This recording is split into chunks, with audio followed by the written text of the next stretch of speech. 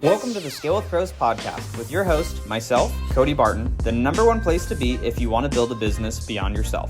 And for all the resources we talk about in the show, make sure to head over to scalewithpros.com. Let's go ahead and dive into today's topic, which again is around one-on-one direct coaching. This is going to follow up a little bit from the initial module that we had, which was going from manager to transformational leader, and the way that you're actually, assigning out and leading your team. This is, okay, well, what if I'm doing that, but I'm now having issues with getting them to do the thing that I, created the outcome for? Before you get to the stage of, needing to actually coach somebody within your business, or, if you're, running a department and you're having to coach, individuals within the business, some questions that you want to ask yourself before, getting frustrated, or, this, John or Susie, they're not doing what they should be doing. Some questions that you want to ask yourself, because as leaders, we're the ones that have to take the ultimate accountability, as everything is our fault. If you're the leader of a department, of your company, whatever it is, and things aren't going the way that they should be, you have to take 100% accountability that it's your fault. I have to do that, within our companies. If something's not working, at the end of the day, I maybe hired someone that isn't able to do the job, so it is my fault, even if they're the ones supposed to do the job, right? So that extreme accountability on ourselves is, one of the roots of leadership that we have to have, because we can't put the blame on others as we're growing a business.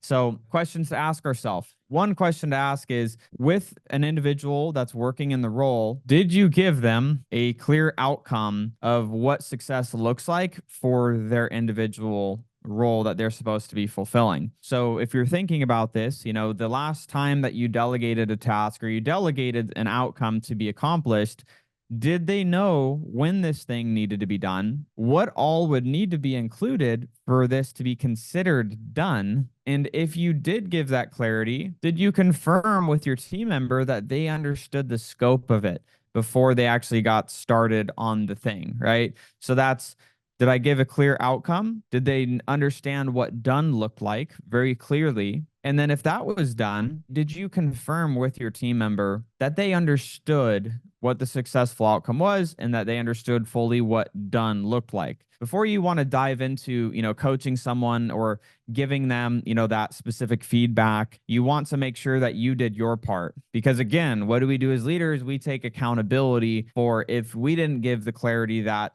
that individual team member needed, they're not going to be able to get it done. And so that's the first step, is like, we look at ourselves before we go and actually give that to someone else. I'm going to be giving just a very simple framework of coaching and how you can give, coaching feedback to an individual on your team. And we'll go through a sample of this, or, an example of how to deliver this coaching to get hopefully the best result that you can when having these conversations. Because when we look at ourselves as leaders, oftentimes it's uncomfortable to give that feedback. If someone isn't doing what they should be doing, you have to go and have a hard conversation with them. It's not fair to that team member to not be performing and for you to just allow them to do that, because it means that you're allowing them to not be at their best. And our job as leaders is to coach people up that work in the department or in the business to their best of, of what they are capable of. It's like the likeness of, a coach on, a football team or a soccer team or a baseball team. If they see a player slacking off during practice or during a game, and, kind of just brushing it off of, hopefully John just figures it out and just plays better tomorrow. No, our job as leaders is to coach them along and have that harder conversation with them. We're going to be talking about how do we have that with grace, and how do we do that in a way of giving them the feedback constructively, where they can go and improve without just coming down on them and, having it just get, negatively communicated, because there is a right way and a wrong way to do that. This can be said as, a couple different methods, but I call it the sandwich method. Adriana, our head of operations, I like what she calls it. She calls it the Oreo method of coaching. But we're going to go into what is it and how to use that in specific situations when you're working with your team and having to coach them through this. And this is especially for those of you that have a hard time with conflict. A lot of times, people, they're nervous, especially newer leaders, and having that maybe more conflict type situation.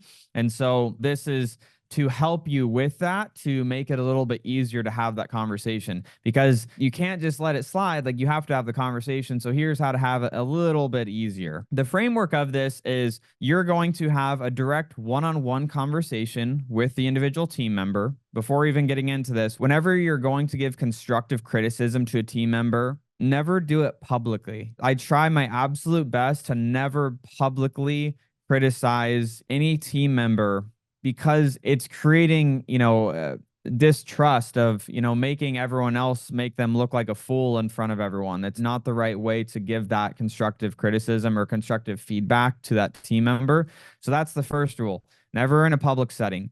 Praise publicly, constructively criticize in private. It's not something that's going to create trust between you and your team, because you're making them look like a fool in front of a group. Even if they know they messed up, like, it's not the time to do that in front of a group of people. It's a time of setting aside, having an individual, one-on-one conversation where you can have that conversation that needs to be had, just not in front of a group of people. So we'll get more into that in a second. But the framework looks like this. So let's say, for example, I have a team member, and we're just using the general name John, right? So I have a team member named John. I assigned him, he's doing his job. He has multiple things that he needs to do in his job. And let's say we'll use finance, because that was, the previous example in the micromanager manager versus transformational leader conversation. And the example that I used in the outcome in that previous training was John was needing to complete a financial report by the 5th of the month every month. And in that financial report, we need ad spend per product line, and then, the P&L included in that financial report for that previous month.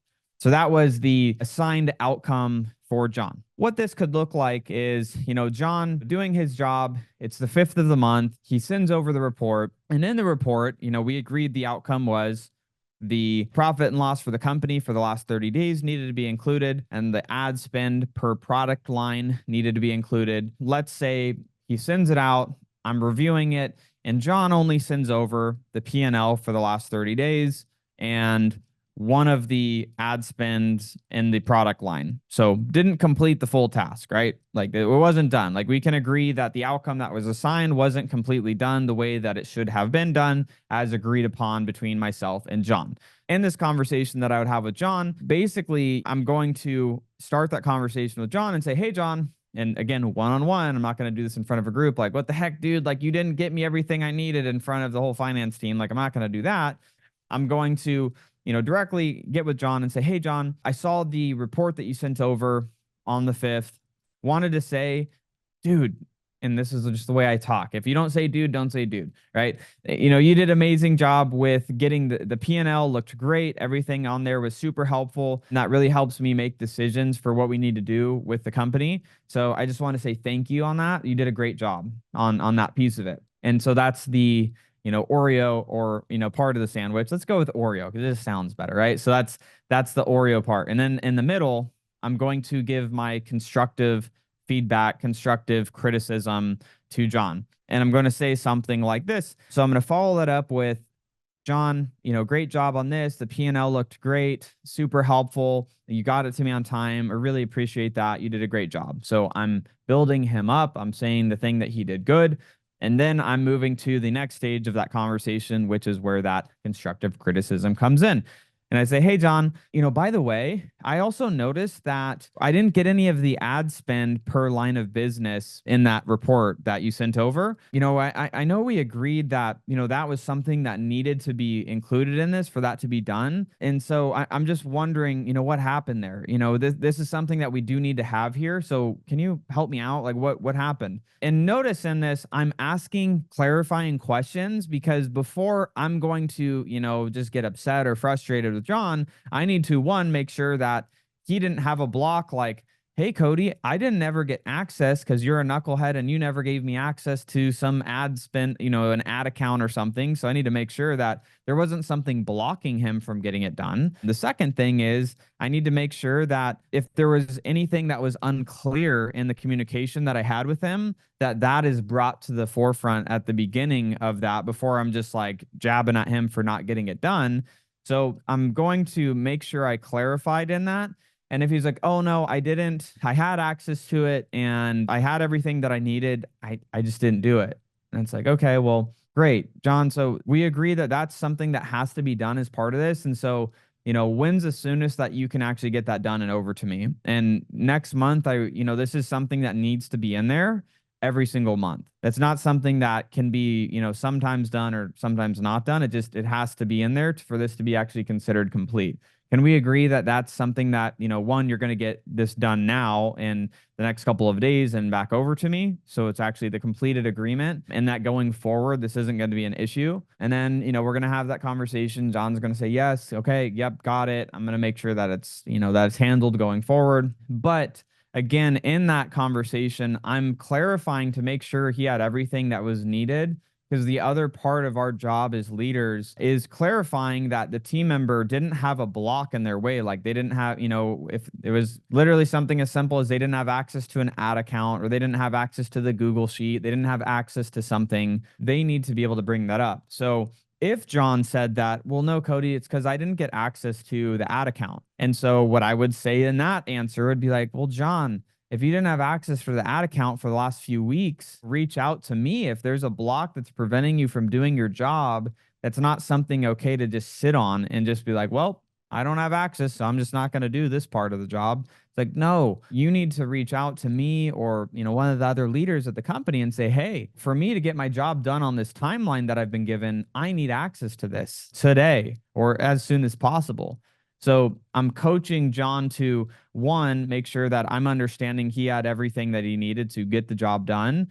Two, if he did not have everything that he needed to get the job done, I'm coaching him to not just sit on his hands and go and ask and find a way to get access to what he needs faster. There's no reason that should take weeks to go and ask about, right? And so that's where, kind of in this middle section, I'm asking questions and clarifying and making sure that John understands what needed to be done and how to make sure that that cannot come up again in the future. And then as I'm clarifying and getting part of the conversation handled, I'm going to finish that conversation with the other end of the Oreo or other end of the sandwich, the other end of the bread, which is I'm going to end that on a positive note, finding something to celebrate about John or something John did. On the front end, I talked about him getting the P&L over, and he did a great job on it. It was super detailed and it was done correctly and it was helpful and he did that all on time. I entered into that constructive criticism part where we're having maybe a little bit more of the uncomfortable conversation, at that stage, and I'm finishing it with something positive. So I confirm that John understands that middle part that needs to be corrected and needs to be improved in the future. And on the back end, now I'm ending that conversation. I'm tying that conversation off with a pretty bow of,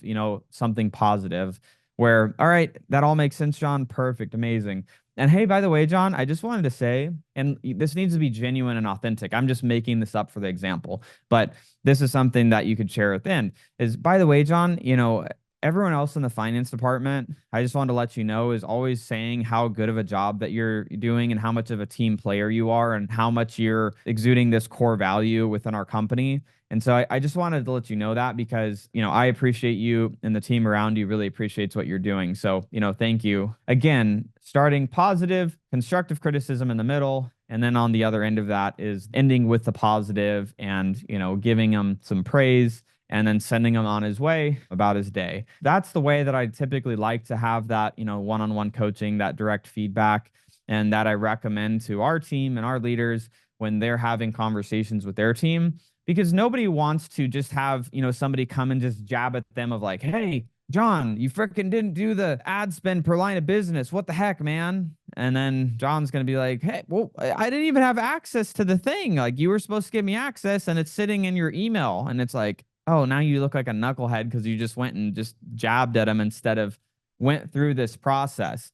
We want to be building, as leaders, we're building bridges, we're building relationships with our team to build trust so that, they know that they could rely on you and you know that you can rely on them and that you're going to, coach them when the coaching is needed, but you're going to do it with grace and in a respectful way that helps them move to the direction they need to, but also isn't just berating them without, having the human element in the conversation with the individual. So that is essentially the Oreo or sandwich method framework for that one-on-one direct coaching. What I want to share with you guys next is the means for what is the messaging matrix to follow to do this correctly. Who knows that communication via text message doesn't always come across as the way that you meant it to come across?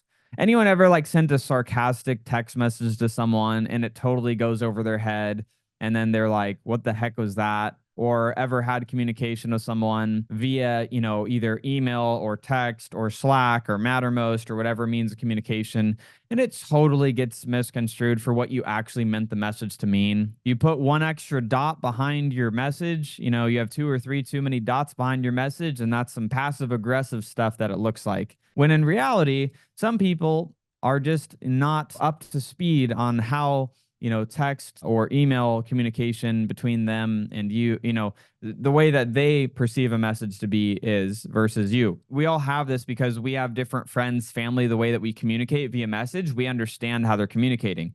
But in the professional and the work environment, that doesn't always translate. Like if my mom texts me K with a period after it, that's just my mom because she doesn't text the way that younger age people do. Maybe there's no emojis or, asking a question and it's very short. To some people, that could be offensive. It's like, they're being so short with me. Are they upset? When it's like, no, they just communicate differently.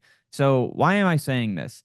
Well, the reason I'm bringing this up is because when we look at the ways that we communicate with people and the ways that we're giving feedback, it's important to use the right medium. When we look at the way that we're communicating, this is super, super important. So when we're looking at, okay, if we're just catching up, just a quick question, text, Slack, email, any of these mediums are okay. All forms of communication on giving praise to someone is always acceptable.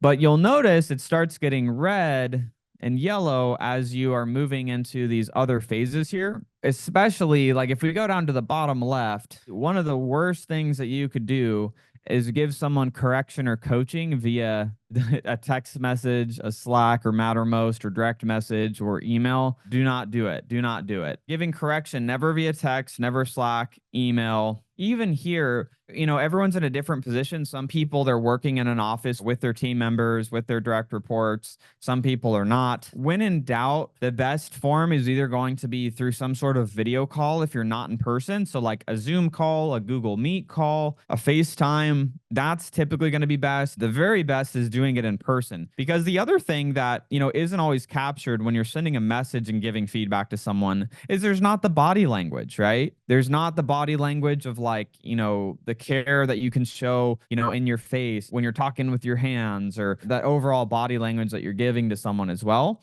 So all of those things are missed when it's over a message. And so when you're resolving conflict, giving correction, giving coaching, knowing the right way to communicate this, knowing people's individual preferences is helpful as well. But when in doubt, I always lean towards let's have this conversation in person, or let's have this conversation over a Zoom call or a Google Meet call where I could look somebody in the eye and have this conversation with them.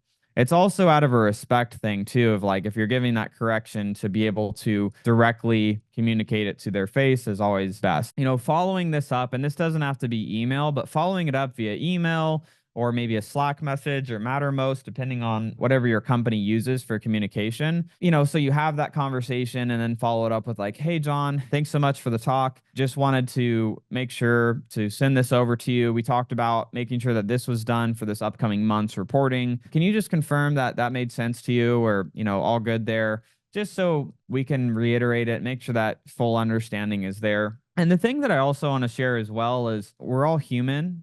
We're not perfect. This is something that I'm always trying to work on And the work towards becoming the best leader that you can become yourself is a never-ending battle.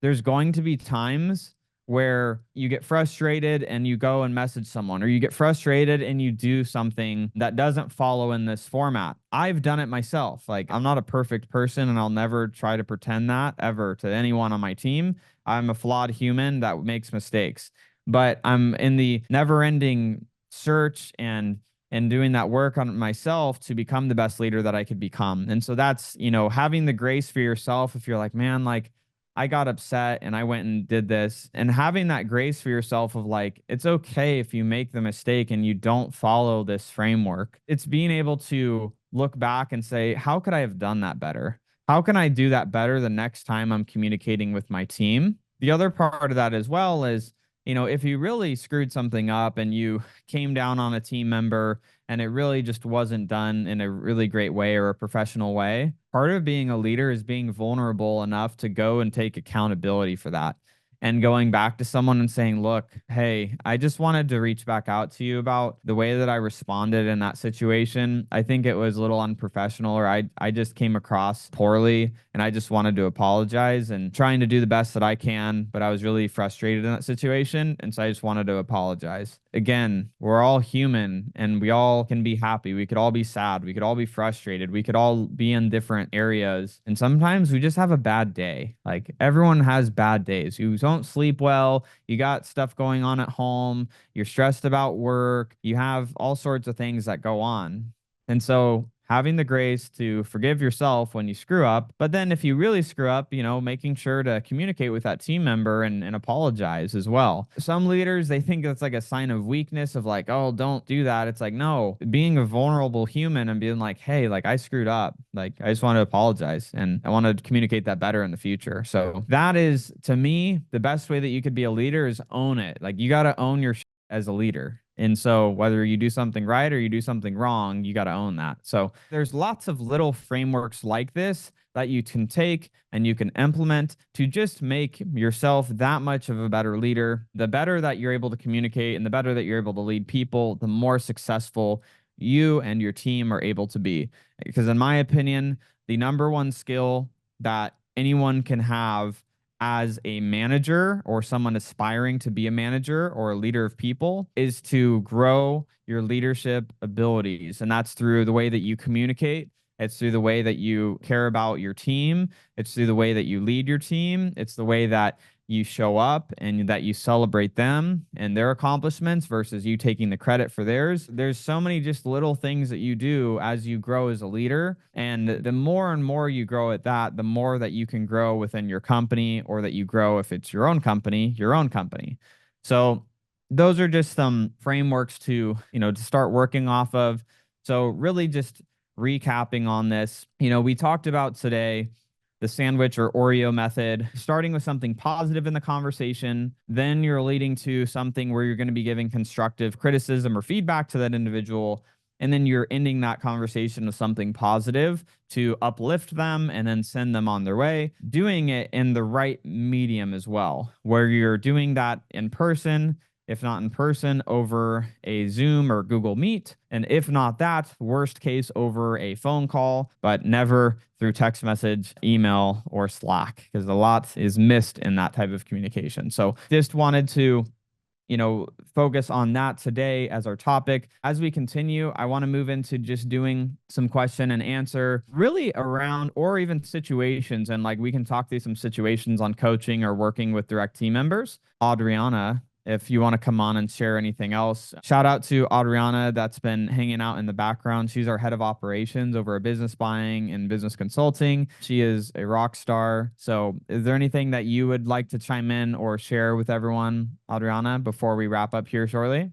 Thanks, Cody. I would say like a little add on to the communication metrics and just thinking about ways that people communicate. I think as a leader, the great way to establish trust at the beginning of any relationship is asking the people that you work with, how do you prefer to communicate with yourself? And then actually holding that true. So if they say, I don't like to be bothered during certain times. If I have my headphones on, please don't come up and talk to me. Like, or if they say, I prefer being assigned everything in a project management tool, or if you send me a Slack, I'll get to it later. Just keep those things in mind and really stay true to them, because that builds trust that they, were heard. And I think when you're working in an office, it's super important to know how people communicate really well. Like, don't run up to them and just expect them to drop everything, respect their time and their work and all of that. And when you're working virtually, scheduling time in advance, giving people a heads up of what you want to talk about, I think is super important. I know Cody loves that, because if he sees a random invite on his calendar, he's like, what are we talking about? He'll immediately say it, like, what is this for? So communicating in advance what an agenda is for a call, if you're scheduling it in advance, I think is great communication as well. Super helpful. And that's something that's always evolving, and like different personalities that, like to be communicated in a different way is super, super helpful. But that is funny. But yeah, that is very true for me. I'm like, why is this on the calendar? What's the agenda? What's the outcome? What are we doing? What's the purpose of this thing? All right, next question from Matea. Have you ever dealt with imposter syndrome as you grow as a leader? And how did you overcome it, if so? Every day of my life. I don't think that goes away as you grow as a leader. And that's why I try to lead the way that I do, which is like, I make mistakes. I'm not perfect. I'm never going to pretend that I'm perfect, because I'm not. And no leader is. And anyone that tells you they are full of crap, because they aren't perfect either. We're all imperfect humans trying to be the best versions of ourselves that we can become, and do the best that we can, hopefully, every single day. And so that's the way that I try to lead myself. And I never want to lead from a place of ego of like, I know exactly what to do at all times and I'm perfect and da da da. That keeps you as a leader, Matea, and especially growing as a leader in a humble place, and leading from a place of being humble than leading from a place of ego, thinking you know everything. Because especially, people that they're in a position where, they think that they're the best thing since sliced bread, like those are the worst types of leaders. Leaders that, just because they have a title, they think that they have this certain power or control or whatever. It's something that I think a lot of people struggle with. And Matea, I have friends that, run a lot bigger companies than we have here. These are 50, 100 plus million a year companies. And, I've been at masterminds and they're like, I feel like I'm in imposter syndrome. I don't know what I'm doing. And I'm like, you don't know what you're doing. Your company did $90 million last year in revenue and you don't know what you're doing. Like, it's refreshing to hear it. But obviously when you don't hear that, because you're not talking to people like that all the time, it can feel like is an imposter. My opinion as a leader is anyone can be a leader of others. And all it takes is being willing to reach your hand down to someone else and help lift them up a little bit higher and help them along the way. I think that, mindset is a big part of it as well. Reading the right books, reading books that are around leadership. John Maxwell has tons of great books on leadership, and those are really helpful to just learn a lot of frameworks around leadership. But the more that you do the work on yourself, the more that will then come out in your leadership. And that's why, I'm an avid reader. I love to read and I love to learn, because I know the more that I learn, the more that I realize I don't know. And the more that I realize I don't know, the more humble that it makes me, because I realize there's so much more to learn. And so I think if you come from a place, Matea, of like student first mentality, you have a high teachability index, which means like your ability to be teachable and coachable is super, super high.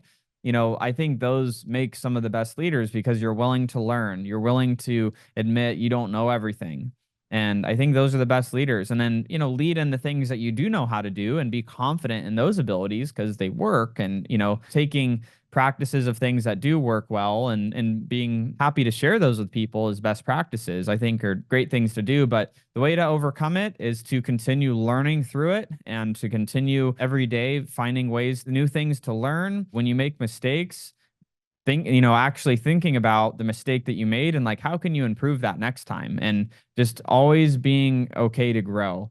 But imposter syndrome, I don't think that ever goes away. I think it's just always kind of there, regardless of the role that you're in. And it's just something that you figure out along the way. And, your confidence grows as you continue to learn, I think. From Jonah, how to handle giving feedback or direction if skipping rank. So, for example, in this case, they're helping out giving feedback to a VA that works with their dispo manager. So what are your thoughts on that? So let's just clarify it a little bit. So, Jonah, are you the one that's skipping over rank over your dispo manager directly to their VA, or is it someone else in your organization? I just want to clarify that. That's me. Okay.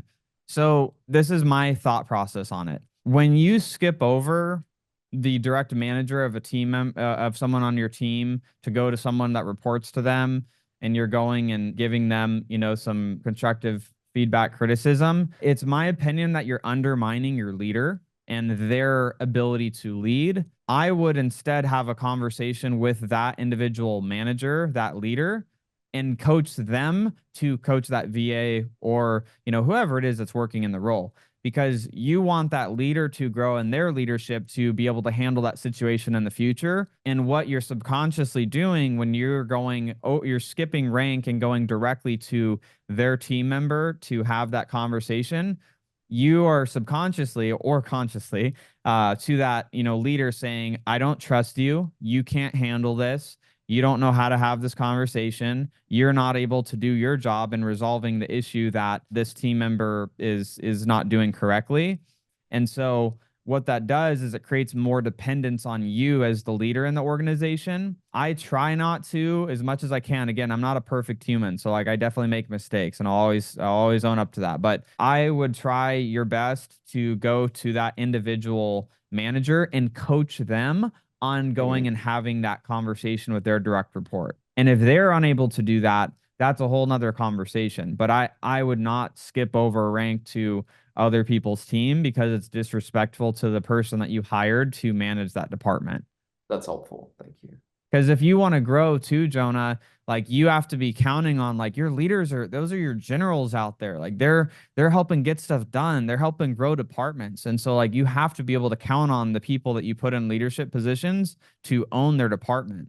And if they can't, then you maybe just have the wrong person in there. So then you either need to coach them up to be able to do it, or coach them out, or move them to a different role if they just can't do it. Coach your manager on, hey, if they're scared to have the conversation or don't know how to do it, like work with them and like coach them, have them go do it, and then come back to you and then have a conversation. Hey, how did it go? What went well? What didn't went well? You said that. Oh my gosh. Like, okay, well, let's talk through how can we do that better next time, right? Like, let's, so like be there to support them and cheer them on for the next time they have to do it. This is a good one from Deirdre, because you use them. So she said, curious where you put voice messages on the matrix. And that's the one that you can do by text or Slack, just not a voicemail. I'd still say red. I like the face-to-face, like face-to-face in a Zoom, FaceTime, a Google Meet. That's like always going to be the best way, is either face-to-face in person or over Zoom, Google Meet. You can obviously communicate via, voice message and that, and you could hear people's tones of voice in that. But if it's in that realm of like actual coaching on something, I wouldn't like send someone a DM and be like, like you got to do this better. It's like, how's that going to land on them? It's not always great. So that's where I would put it, is in the red. Agreed. It's good for quick catch-ups or questions, but keep in mind that they do disappear after a certain amount of time. So if it's something that they want to refer back to, like a question or praise, then just keep that in mind.